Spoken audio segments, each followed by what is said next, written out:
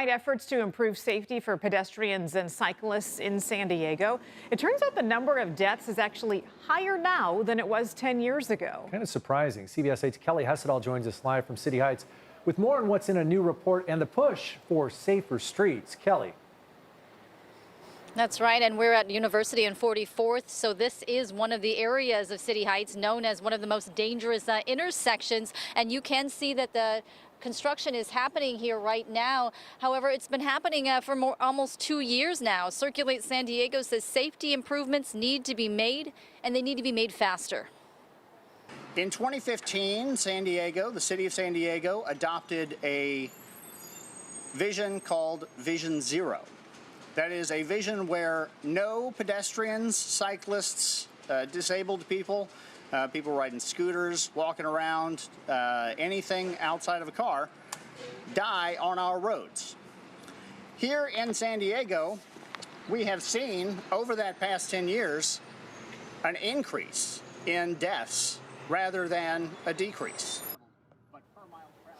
And that was Will Moore of Circulate San Diego. Now, this new report just released called Vision Zero at 10 years shows that 10 years ago we had 25 deaths, pedestrian or cyclist deaths, that is. Since 2021, it's hovered right around 35. So why is this happening? Now, Moore says it could be a lot of things. Drivers are more distracted. They're on their phones. Also, cars are bigger. They're faster. So if you're hit by one, you're more likely to die. Now, he says the city has made some big strides in its safety plan to reduce the number of fatalities. He says that's clear in the fact that our numbers aren't rising as fast as they are nationally, but he says more needs to be done. There were people with him today who have lost loved ones to traffic violence who agree. Nancy Kavanaugh Wilson's husband, Kevin, was killed by a drunk driver back in 2020 while riding his bike in East County near Singing Hills Golf Course. Though this didn't happen on a city street, she's pushing for change to happen on all San Diego roads. We were supposed to go to lunch. Kevin, he always told me I'll be home by a certain time. And that day he said he'd be home by 1 o'clock, and he wasn't.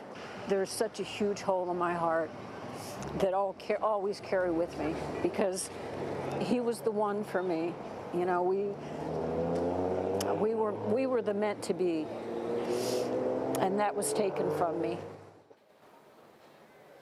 And there is a vigil scheduled for Sunday for all victims of traffic violence. It's going to be held at Bernie Elementary. The public is invited. Now, the city made it clear today that it has spent millions and millions of dollars on safety improvements for our roads. The city says it's also added more than 400 miles of bike lanes, and says it's going to continue to make this a priority. Heather and Carlo.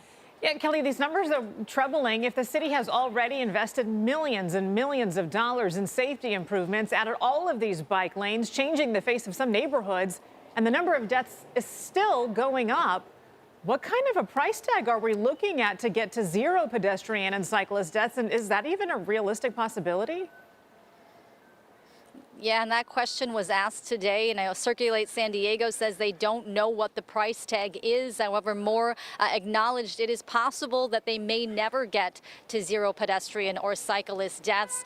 He says, though, they treat each person, as an individual. Each person that dies as an individual. That's someone's brother, that's somebody's mother. So he says that they just have to set that goal at zero deaths, or, who would we be, he said. Yeah, and if we hit their goals with more people riding their bikes, that's more people potentially interacting with cars in traffic. So there's a lot of factors here. Kelly Hessedall reporting live for us. Thanks, Kelly.